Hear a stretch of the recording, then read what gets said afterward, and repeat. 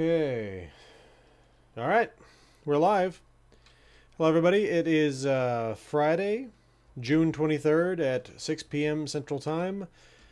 This is the Resolute Cartographer, and this is Fallout 4. This is the first time I'm showing up at 6 o'clock for the newly weekly Friday stream. So, of course, last week was the first time I was there. Hey, Night Spearhead, good to see you.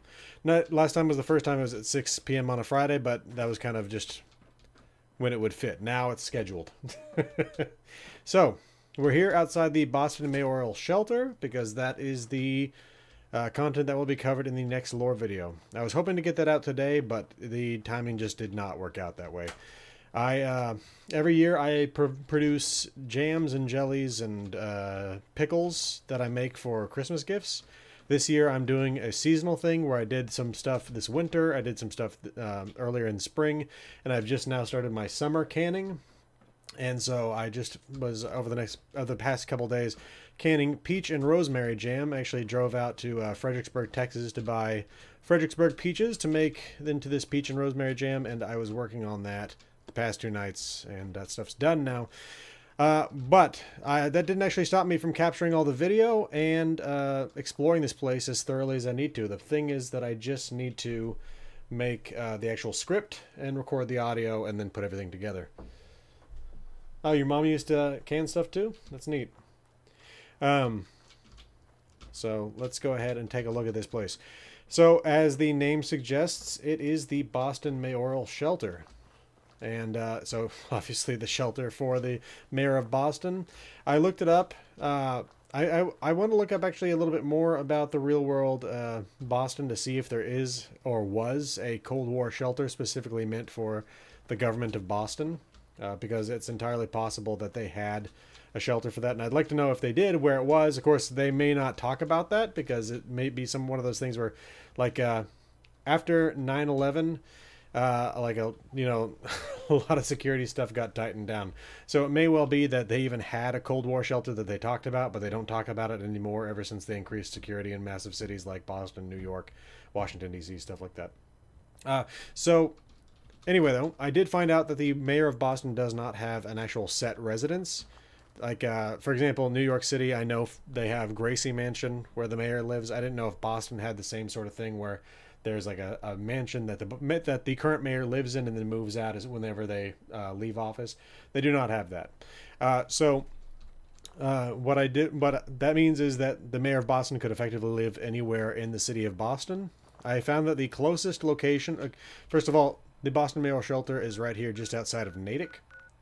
So I was trying to figure how far it is from the closest part of Boston that is actually Boston, because I assume that the mayor would live in Boston regardless of if they had a specific residence or not. And I found that the closest neighborhood to Natick is West Roxbury. At least that's according to Google Maps. And West Roxbury is still about 10 miles from Natick. So I have to assume that the way that the mayor's family got here on the day of the bombs was that they were notified beforehand, which I think was just generally the case with members of city governments, state governments, national government, the military, high-level corporations and stuff like that, because I don't imagine that it would be easy to get from Boston to the outskirts on the day of the bombs with the sheer number of people that were trying to flee all at once. So my guess is they got 10-15 minutes warning and they got out here as fast as they possibly could. Now, they were followed here by an angry mob because the Boston mayor used a large amount of taxpayer funds to make this an incredibly nice bunker for him and his family. So we're going to go ahead and take a look at this site.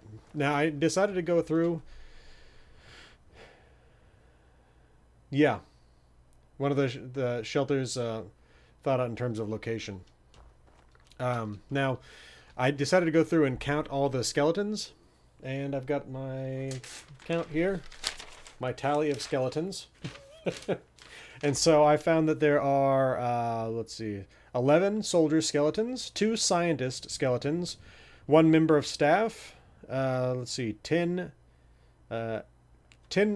rioters inside, 10 potential rioters inside, and 8 rioters outside, and then there's the mayor and his wife. What is his name again? Hildenbrand. Mayor Hildenbrand. Weird little bit of information on how you get that. Because his name is not actually listed on any documents or anything like that. No terminal entries, not anywhere in here. But it is possible to find it. But anyway, if we go up in here, this is the security booth that controlled access to the bunker. They've got the security terminal right here. Here's one of those soldier skeletons. And weirdly enough, a couple of scientist skeletons, one there and one there. I don't know what the purpose of these two being here was. But, I mean, it's one of those things where you see them at vaults, but this isn't a vault. And this is not associated with vault tech, so I don't really know why they're here.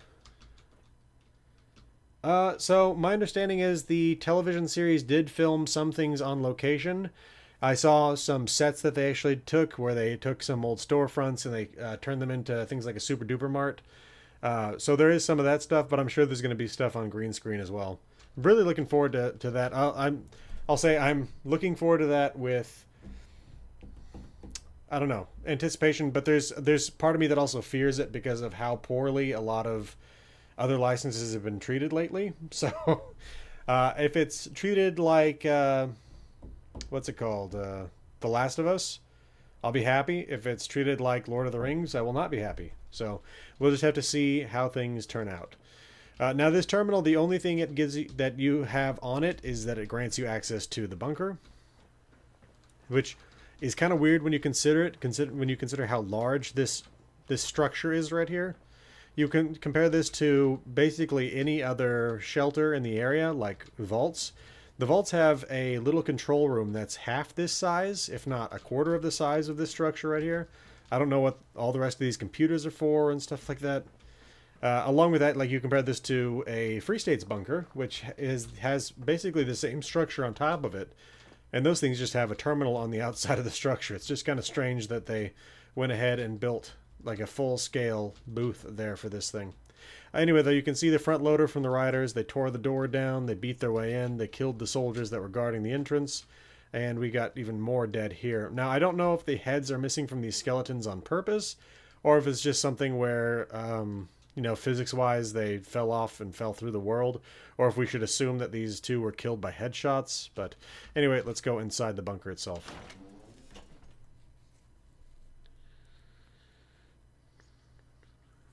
I had some crazy long loading times yesterday. I don't think it'll be this bad today. I've been trying to transfer over all my stock footage files, and we're talking hundreds of gigabytes. So, yeah, they rammed the door so hard their head sliced off. Okay, so we have this room here, which is much like the room on the outside in terms of the architectural style here. Reinforced concrete bunker. We have a couple more dead soldiers here and a dead rioter. Now we have a rough-hewn tunnel. I don't really have a problem with this. This is something that I would kind of expect to see. It's the weird part, though, comes with all the brick. When we come through here, past these guys, there's these brick columns. Why? Did they build these, like, 18th, 19th century brick columns for the purpose of building this bunker? It's just kind of strange. Oh yeah, the Institute has taken over the site. I don't know why exactly. Maybe because it's a bunker and they just want to make sure they have control over sites where people could potentially resist them. I don't really know why else they would be here. There's nothing of technological value here, so I don't know why the Enclave would really, or not the Enclave, the Institute would send people in. Another dead soldier here. This one with a stealth boy. This path comes around to the same area. Again, this is the same room we were just in. These columns just don't make any sense. We come past this brick area, though, and we come to the first checkpoint, the first security checkpoint once you're inside the bunker. And we have more skeletons, including a few headless ones. Now, there is normally a turret here, so maybe the turret blew their heads off. I don't know.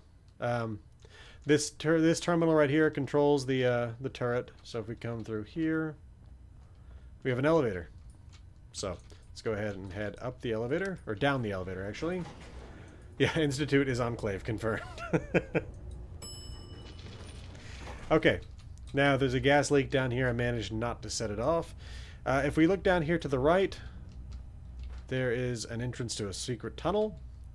If we come back out this way, we can head this way to another security station, effectively.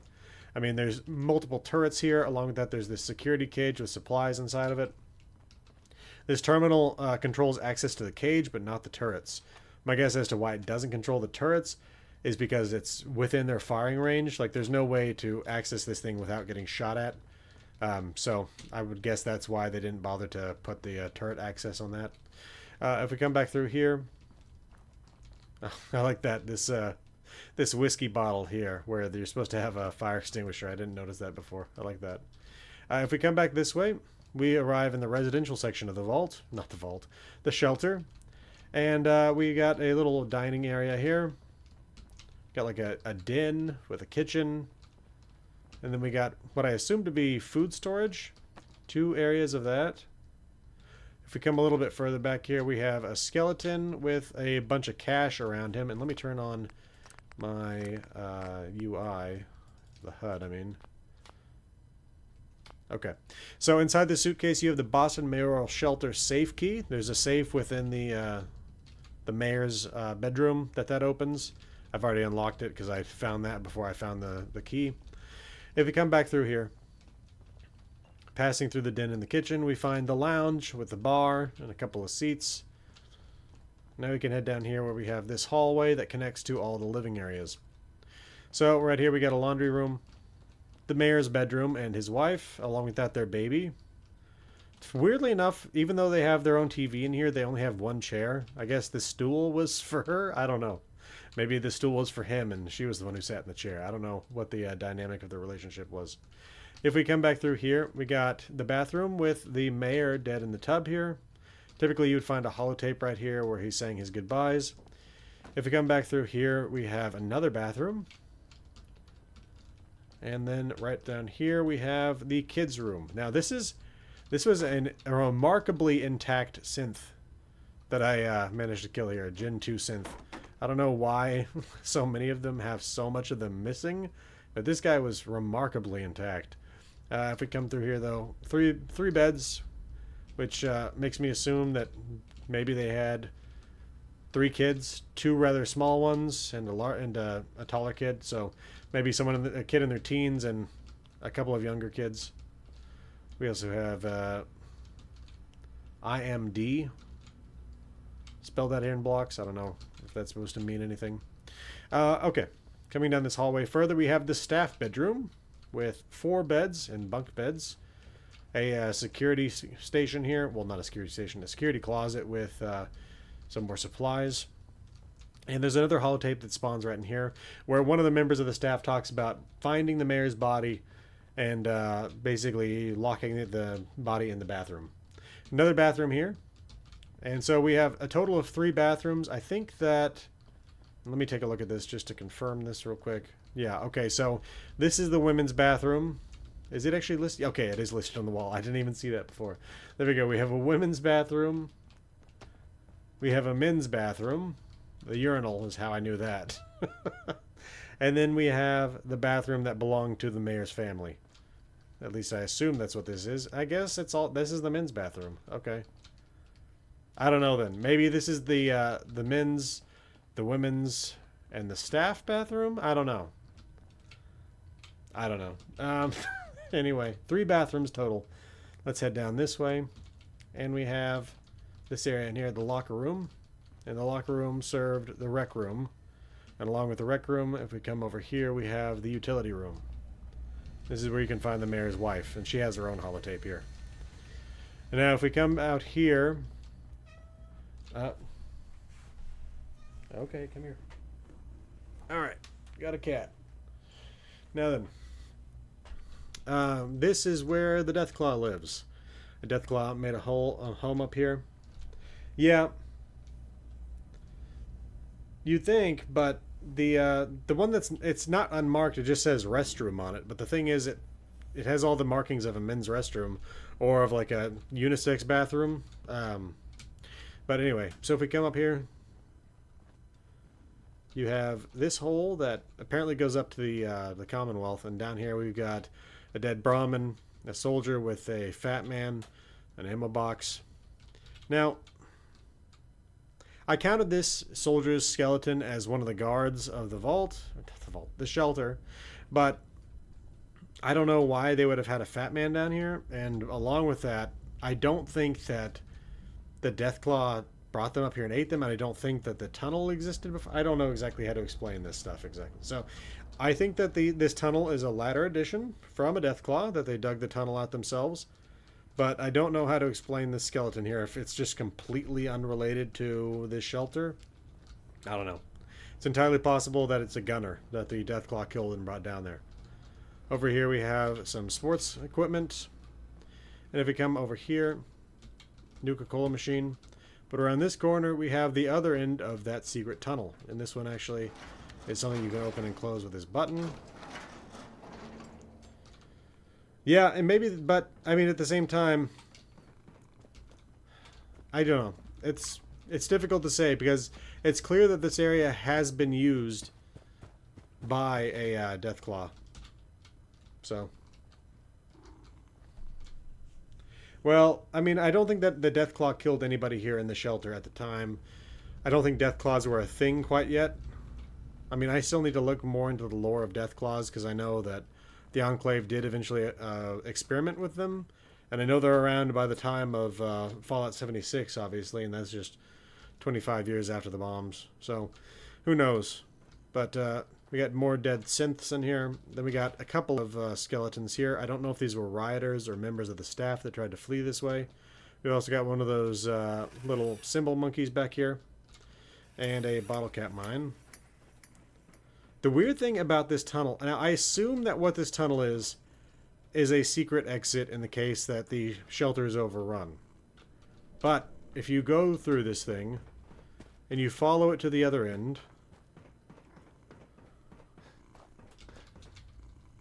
what you find is that, if we come right out here, that we're still at the bottom of the elevator. So this secret tunnel to potentially Deathclaws created on the West Coast, maybe. Yeah, I know that the Enclave tried to mind control them. I mean, you can even see them in Fallout 3 where they were using them mind controlled. But anyway, I know they originally came from the Jackson Chameleon. So, but anyway, we're still at the bottom of the elevator.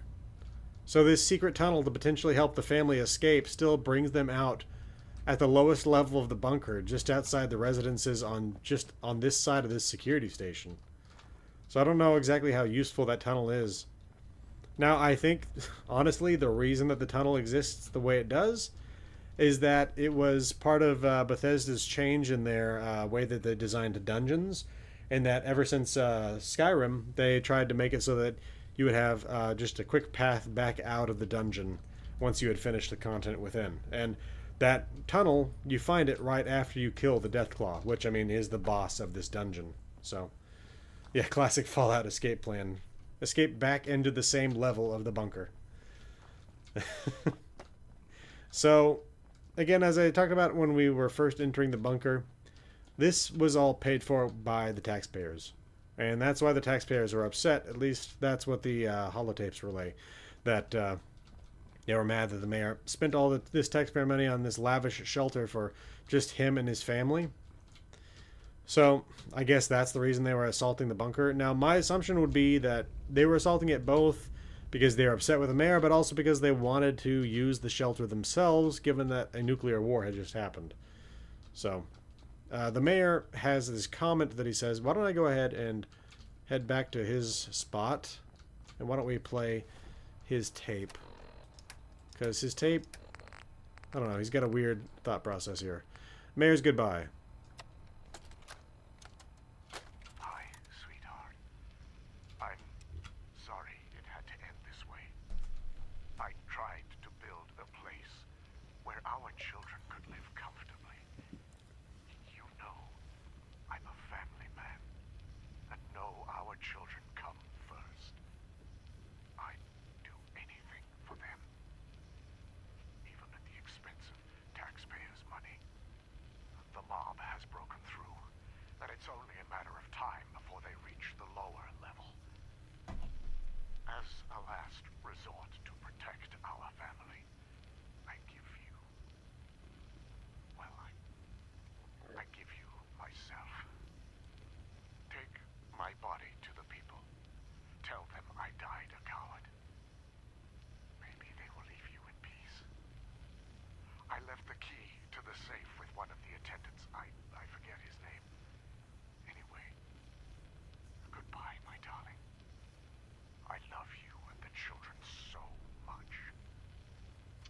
So he came in here, drank 5 beers, and then pulled the radio into the tub with him and ended it.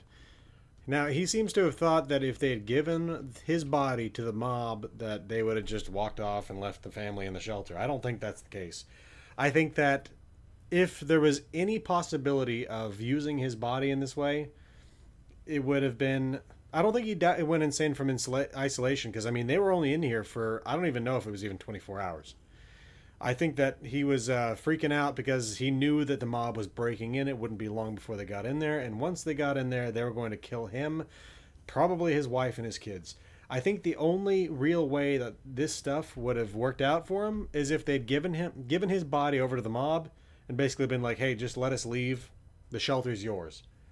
I think that's the only way that would have worked. I think because he seems to have thought that if they handed over the body, the mob would just be like, okay, well, enjoy the shelter. We're going to head back out there into the radioactive wasteland. Yeah, thank you. I don't think that would have happened. So, yeah, again, I think that his thinking on this was a little bit flawed. Now, why don't we go ahead and listen to the guards update to see how it is that the mayor's plan went wrong.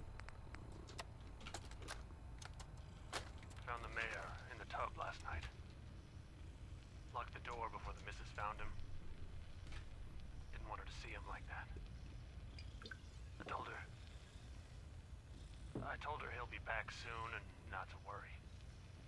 In the meantime, I told her to take the children down to the utility room in the gym and wait for the all clear.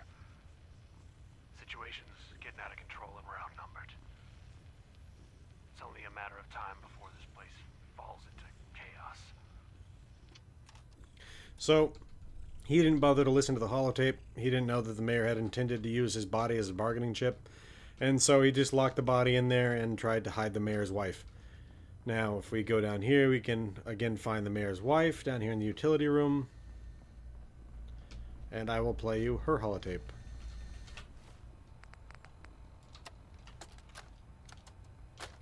Where are you, honey?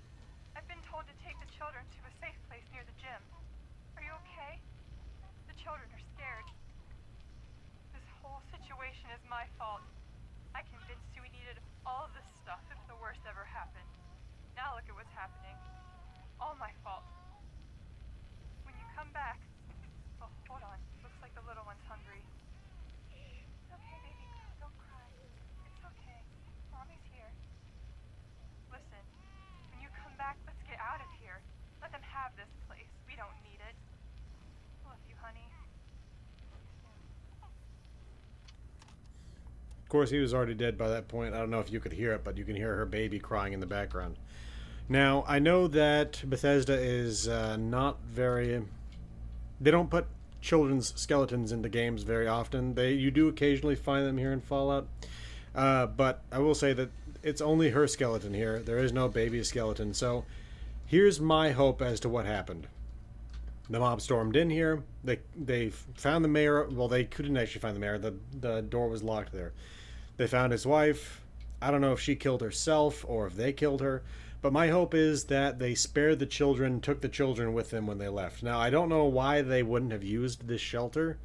I mean, obviously, eventually a deathclaw dug its way in through the wall here. But until that happened, this place did have some conveniences to it. I mean, it has power. I assume it has water. It has food, some food. So, I don't know. That would be my hope, is that the kids survived and did not get killed by the angry mob. I don't know. I mean, it's a grim situation here regardless. And so again, it could well be that they did actually stay here for a while. There's no evidence of that, but there's also there's not much food to be found here. You can tell this was a place where food was stored because you can find this industrial-sized shortening here. I don't know. So, yeah, it's just a depressing situation here. Yeah, my guess as to... Okay, so that was another thing. You say the shelter likely wasn't enough to survive the bombs. Yeah, I think that this was meant to be a temporary shelter. Now, it's a very nice place to have to be a temporary shelter. But you'll see what I mean here when I go back to the staff bedroom and point out again, there are only 4 beds in here. Now, I did the count. there are 11 soldier skeletons. We are not counting. Actually, no. Sorry, I miscounted that. I have 12 soldier skeletons. Now that is counting that one that's in the Deathclaw hole. I don't know if he was part of the staff or not. But along with that, there were 2 scientists on the staff and at least 1 civilian staffer. So right there, we're looking at, I don't know, 14, 15 members of staff and literally just 4 beds for them to share between them. Maybe they slept in shifts, but at the same time, like, the mayor and his wife got their own bed. Their baby got a bed. Then they've got 2 beds for their kids and another bed, I'm guessing, for an older kid. I can't imagine that the staff was going to be staying loyal to the mayor forever. I mean, the reason the mayor had them as staff in the first place was he was the mayor of Boston. There is no Boston anymore by, the end of October 23rd. Now, the city was, kind of crumbling. They could have been assuming maybe the federal government will manage to ride it out. They'll come back in, set things back up. But again, I have to, that's why I think this place was meant to be temporary, because I can't imagine the staff would stay loyal to the mayor forever. And if you're one of the staff members that's having to share a bed with 2 other members of the staff, and you're looking at the family that used to be the mayor's family, but again, they're no longer the mayor of anything, and they've got their own room and their own beds, and why would you continue to serve them as though there's some little local king for you to pay fealty to? I don't know. That was just my thought on that matter there. I think this place was meant to be a temporary place until things stabilized and came back. But of course that did not happen, so. What else was there to talk about with this stuff? I mean, there's a few things here and there, little things. Okay, so the mayor's name was Hildenbrand. And the way we know that is from the Boston Public Library. So he became the mayor of Rubble after the war, that's true. Let's go ahead and head over to the Boston Public Library. I can't fast travel. This is not Fallout 76. Oh wait, it's this way. You cannot fast travel from indoor areas, so let's take the elevator. So, I'll just start talking about it now because part of it you won't be able to see. When you first arrive at the Boston Public Library, there are 2 entrances. There is the west entrance, and then there's the Copley MBTA station entrance. Of course, MBTA being Massachusetts Bay Transit Authority. So, when you're trying to go into the library for the first time, you find that it's been locked down. There's an automated intercom system that will interact with you and anybody else that comes up to the door. And in this case, the door will ask you, like, what your business is there. Basically telling you the library is temporarily closed because it's undergoing renovations.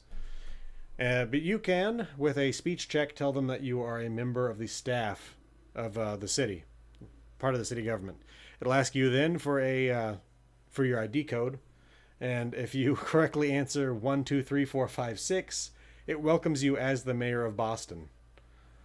Yeah, it is a really fun place to go because it's got this great final standoff with super mutants, because the whole place is full of turrets and robots, and if you go in this place and you get deep enough into it, it'll come under attack from a bunch of super mutants. So again, here's Copley Station, but we're going to go to the west entrance, which is right over here. You may enter, Mr. Hildenbrand. Have a nice day. So again, because I originally answered that I had the ID code 123456, it welcomed me as the mayor, and coming back again, it calls me Mr. Hildenbrand. So that is how we know that the mayor of Boston was Mayor Hildenbrand. Yeah. No, yeah, so why don't we go in there and just take a look. I want to talk about Boston Public Library in another video because I think it deserves a video of its own. It'll be a short one, probably, but at the same time, it has an interesting story within it.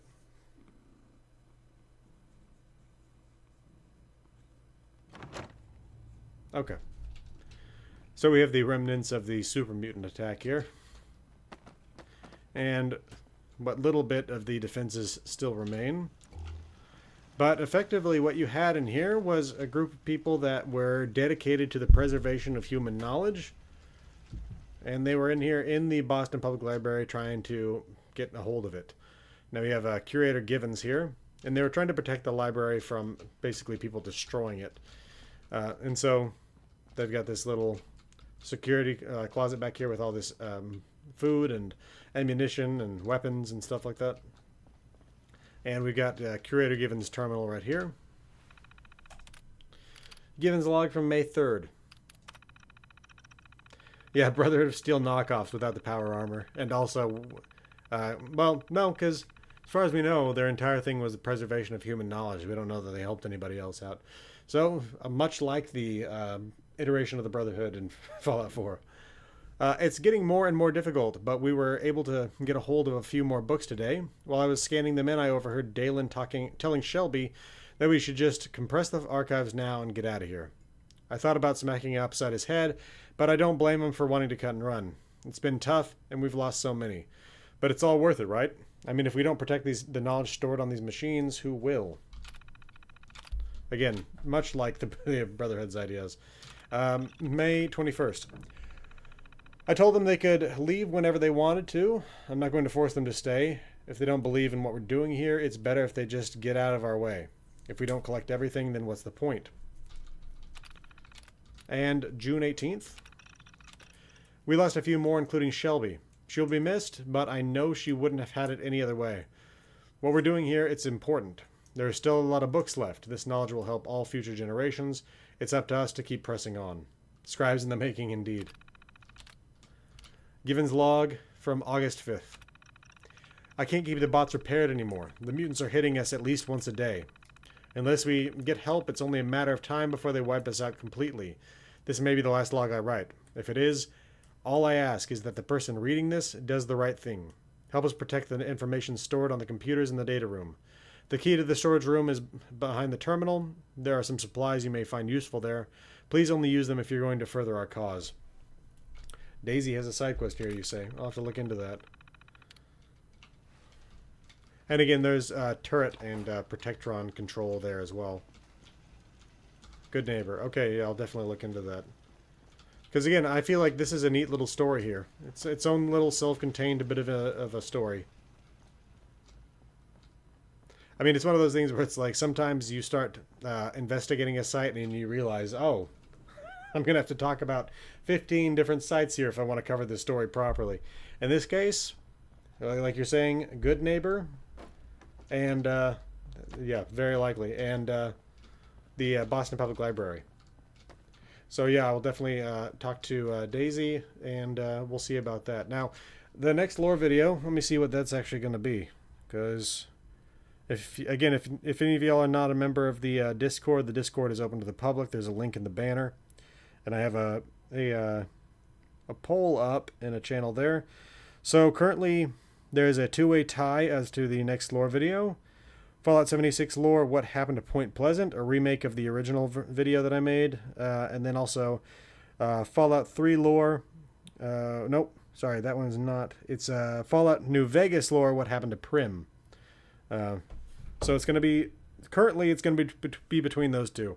I would like to... I mean, there are, I think it's 9 videos total I want to remake of my Fallout 76 content.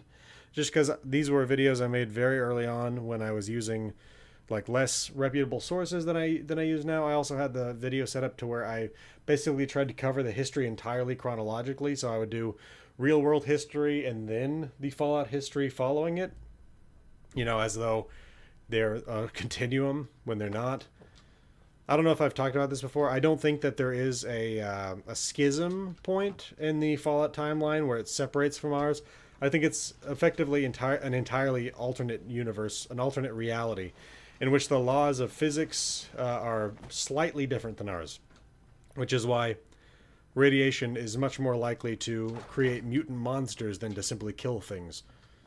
So that again is my view of the Fallout universe. Again, no schism, just an entirely alternate reality. So it doesn't really make sense to do real world history before the Fallout history, especially when the video is supposed to be a Fallout lore video. And while I'm sure that there are people out there that want to hear about the real world history of places like Natick in the last video or Point Pleasant in this example, it's not what everyone is there for in the first place. So you think aliens changed everything in the universe? Yeah, I don't know. I mean, there's definitely points where the aliens were interfering in history. I mean, they kidnapped a guy from Salem, if I remember correctly, in the Mothership Zeta DLC. They also kidnapped a samurai from Japan, so it's definitely possible that aliens were somehow responsible for the separation. But more so, the way that biology reacts differently to radiation.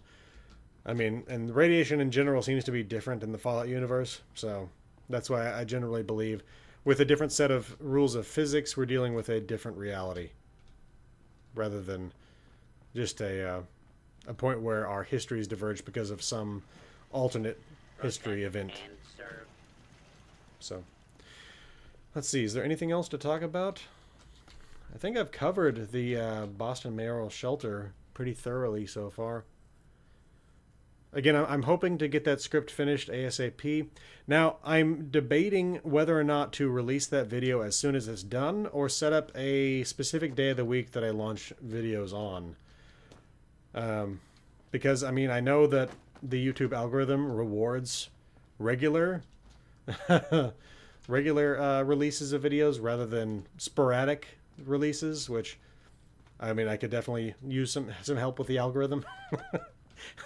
I fully admit I don't know when a video is going to be popular or not, because so the Natick lore video, now I thought that was a good video, but at the same time, how many people are going to be interested in a video covering the lore of a small town in Massachusetts in a game that was released 8 years ago? I don't know, but that video did better than my video covering the factions of the pit. I mean, that did significantly better than my video covering the factions of the pit. So, and that content was released within the past year.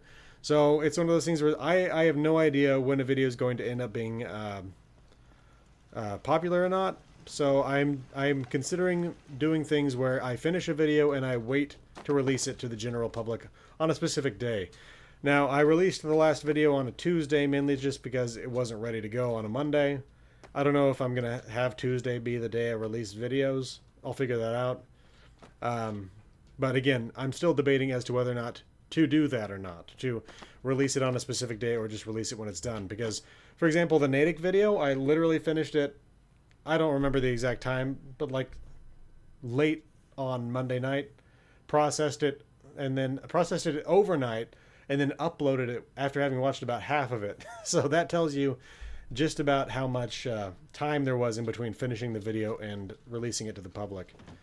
The other nice thing that would come with me releasing on specific days would be that I could share them with my patrons, when they're ready, and then again, everybody in the general public could view them on YouTube on that specific launch day. I'll figure it out, and I will let you all know what decision I end up eventually coming to.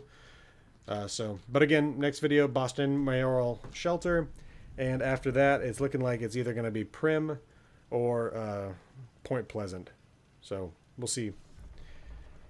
I think that's most of it. Does anybody have any questions they want to ask? Anybody want to make any suggestions for future lore videos? I also, again, have a specific channel set up for that on the Discord. I've gotten a couple of good suggestions so far.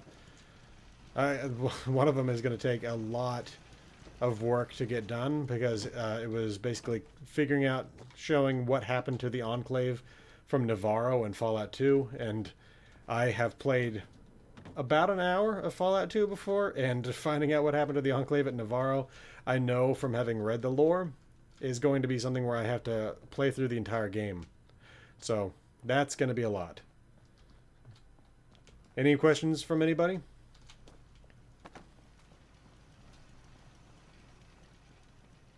Again, I think I've already added the Boston Public Library to the future set of videos to cover, or locations to cover in videos. God bless the Enclave. All right, well, I think that's going to do it for now. Again, we'll be here at the same time next week. And I'll probably be talking about one of the next lore videos at that point. So again, if you are not part of the Discord, you can go there, join it, vote. Good to hear from you all, John Henry Edens. And I will see you all next time. Have a great weekend, y'all.